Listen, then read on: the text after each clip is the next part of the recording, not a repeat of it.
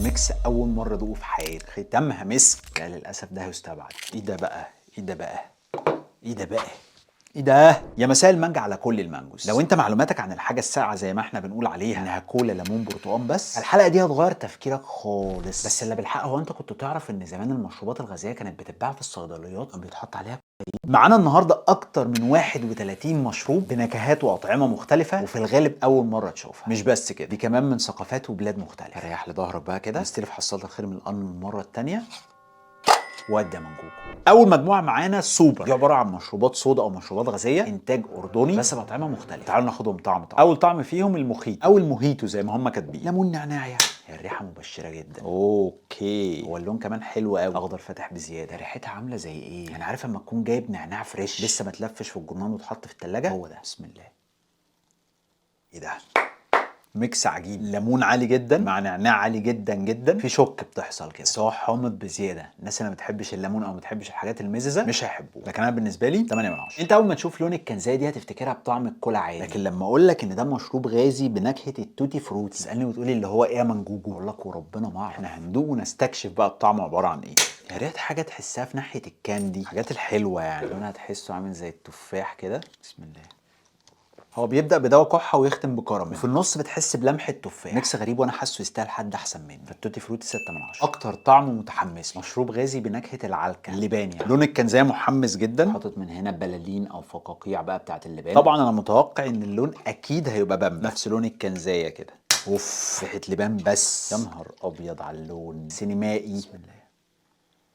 العيال الصغيره هتطير بالطعم ده، طعمه حلو جدا. كنت جربت حاجه زيه زمان بس كان منتج مستورد. هو بيفكرني بريحه الاستيكه بتاعه الفراوله بتاعه زمان، كان بيبقى نفسنا ناكلها بس مش عارفين. المشروب ده هيحقق لك حلمك. سوبر باللبان 9 من 10. بطيخ، وبالنسبه لي دي تقريبا اول مره في حياتي اشرب مشروب غازي او حاجه بالصودا بطعم البطيخ. تعال نشوف بقى الوضع ايه. طبعا لازم يبقى لونها احمر، يعني عشان ايه بس من ايه ما نجيش على القوانين. يلا احمر احمر ولا اي احمر. بامبا برضو نفس لون باللبان بالظبط، بس ريحه بطيخه عاليه. طعم البطيخ ضعيف، يعني عرفت احسها بطيخه قرع شويه. كنت متوقع من الطعم ده اكتر من كده، او حسيت ان طعم البطيخ هيكون اعلى، بس خايب ظني. 5 من 10. اخر طعم معانا وهو البلو بيري، والطعم ده بالذات في ناس كتير بتعشقه، على راسهم الواد ميمو. تتوقعوا اللون هيبقى ايه قبل ما نصب كده؟ المفروض انه يبقى ازرق، الاصول بتقول كده. ها، ايوه بقى ازرق فاتح، مفيش ريحه قويه او ريحه مميزه. بق كمان.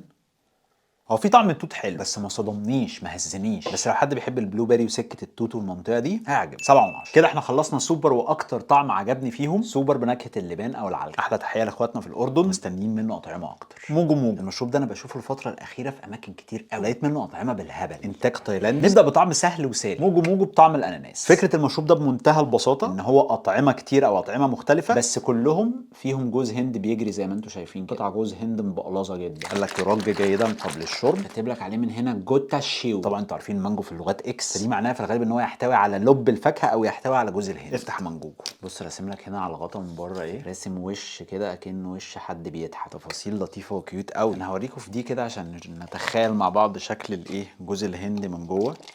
القطع اللي بتجري دي بصوا، قطع مبقلظه قوي. بسم الله.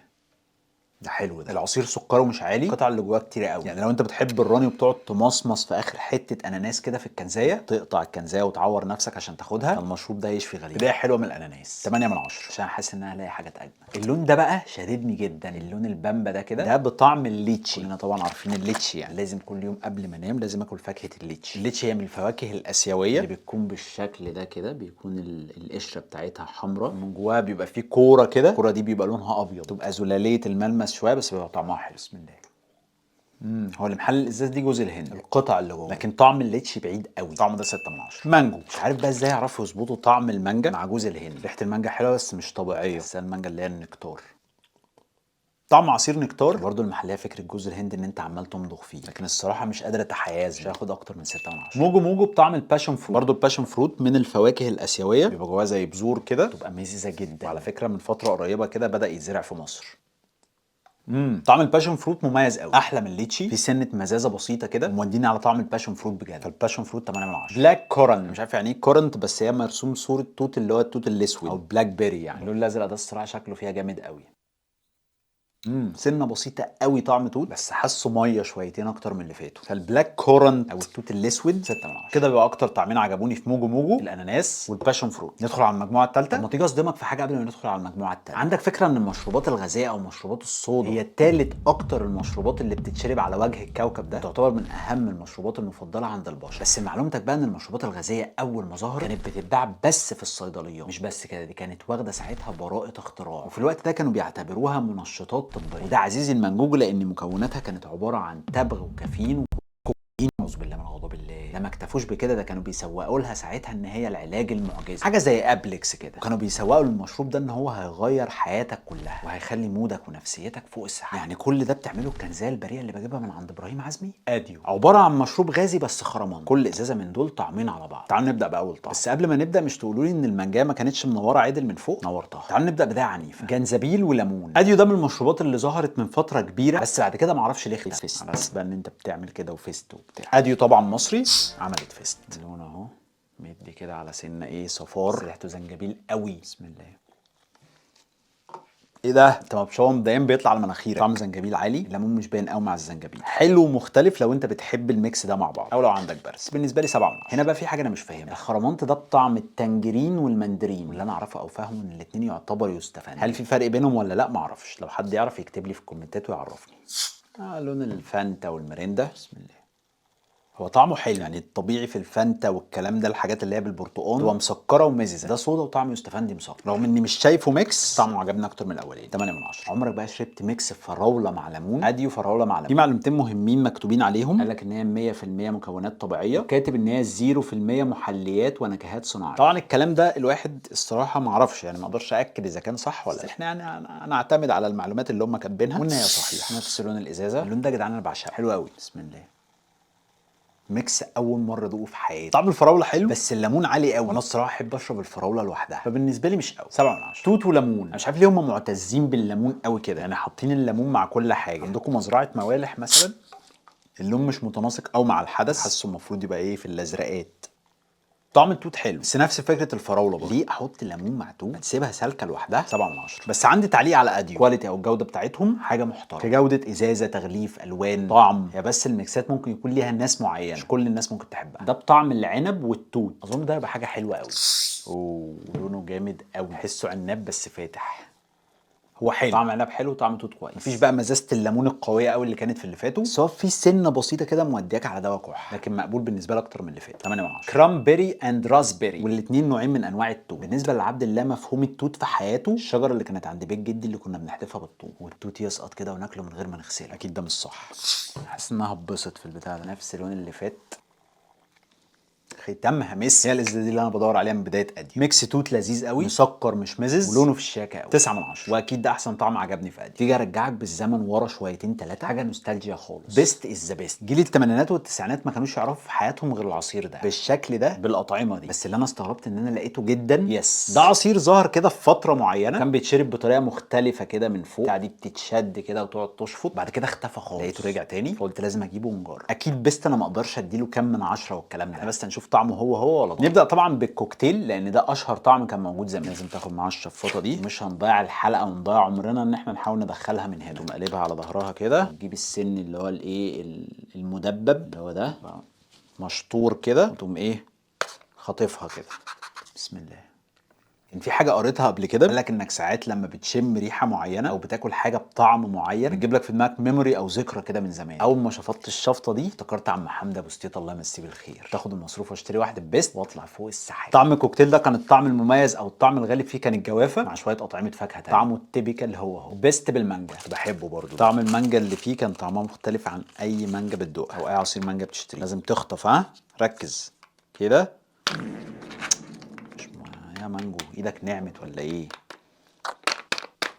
كانتش بتجلي معايا زمان. ثواني بقى كده. ليه كده مانجوجو؟ بس خلي بالك المحاوله لو فشلت اكتر من مره البتاعه دي بتتني، مش تبقى سهله بقى. نجحت. بسم الله. لا المانجا مش زي زمان، طعمها اختلف. بس انا شفت عندهم ازايز كده، ازاز جربتها قبل كده كان طعم المانجا زي بتاعت زمان بالظبط، لكن دي للاسف اختلفت. التفاح، وده كان اقل طعم انا بحبه فيهم. بسم الله.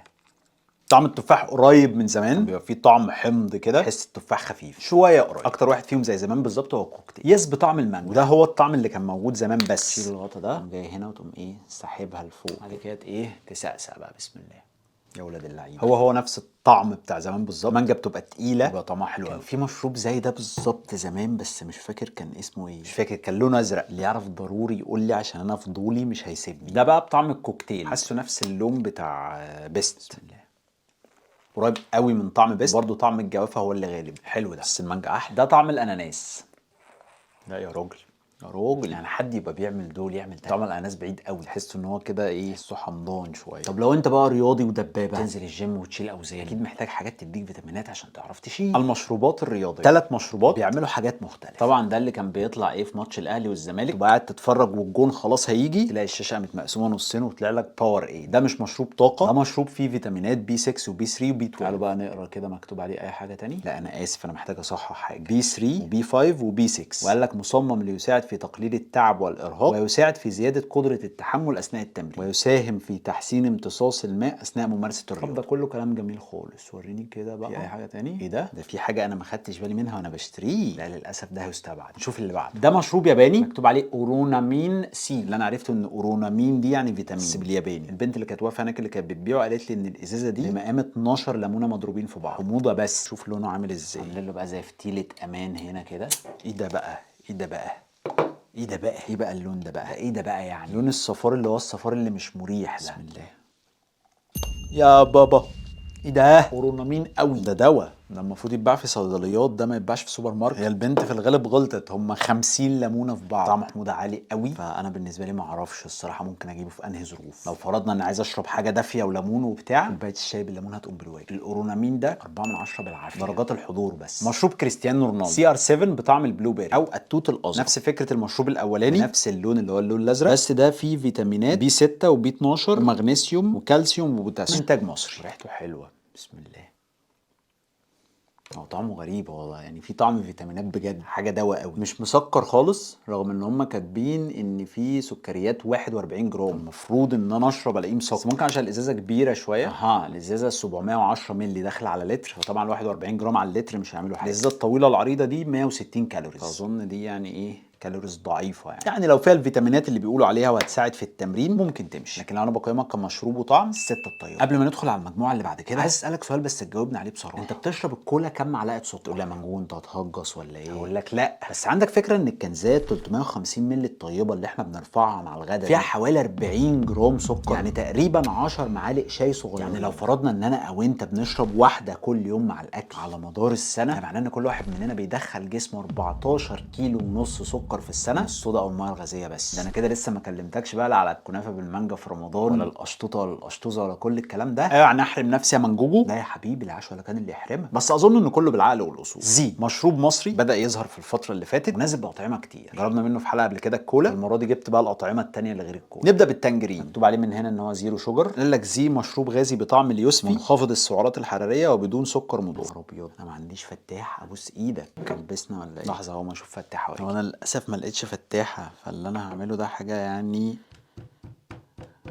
ما ترضيش احد. ما انا قدامي حلين، يا ما اجربهاش يا باظ المكتب. هقوم اشوف حل تاني. صرفت وفتحتها الحمد لله، بس بجد محتاجين نسهل الفتحه شويه، موضوع الفتحات ده اتلغى. بسم الله. مبدئيا طعم الاستفندي بعيد خالص، عايز اتاكد كده من المكونات. انا شكيت في كده، هو محلينه بالستيفيا. انا عندي مشكله مع الستيفيا، ما بحبوش. ليه؟ لان هو بيعمل هنا كده ايه افتر تيست، ما بيبقاش لطيف خالص بالنسبه لي. فالتانجرين 4 من 10. اللون ده بقى عاجبني جدا، زيس كيتي كاندي. عايزين نشوف بقى الطعم هيبقى ايه. هفتحها اهي، ريحته حلوه قوي. بسم الله. لا هو الريحه حلوه بس الطعم لا. هو بيبدا حلو، تحسه طعم غزل بنات كده، بس بيقفل قفله مش اللي هي، مش بنفس صعوبه التانجرين، بس برده مش الواو. 6 من 10. ميكس بطيخ او ميكسد ميلون، برده كاتبين زيرو شوجر، فللاسف هيبقى برده ستيفيا، بس ده رايي الشخصي، ممكن ناس تانية تكون بتحب الاستيفيا عادي. لو بتحب الاستيفيا الكلام ده ممكن يعجبك. ريحه بطيخ عاليه. هو في طعم بطيخ بس تحسه البان بطيخ، مش طعم بطيخ واقعي يعني. برضه في فكره الاستيفيا. اخر حاجه من زي هو مش مشروب غازي، هو سباركلينج ووتر. هتقول لي طب ايه الفرق يا مانجو؟ هقول لك هي ميه عليها صودا برضه، محطوط عليها ثاني اكسيد الكربون، هو بيعمل الصودا والفقاقيع والجو ده. بس الفرق ان هو ما فيهوش السكريات اللي بتبقى موجوده في مشروبات الصودا التانية. ده لو انت عايز تحس بلسعه الصودا او عايز تهضم من غير الاضرار بتاعه السكريات اللي بتكون موجوده في المشروبات التانية. حتى هم كاتبين لك من هنا زيرو كالوريز، زيرو شوجر، وما فيهوش نشويات ولا دهون، حاجه تريح ضمير يعني. اشمعنى دي فتحت؟ انا قلت اجرب كده، فاهم؟ يأس. طبعا ملهاش اي ريحه، ميه عاديه خالص اهي، بس بصودا شبه الايه، ال7 اب والكلام ده.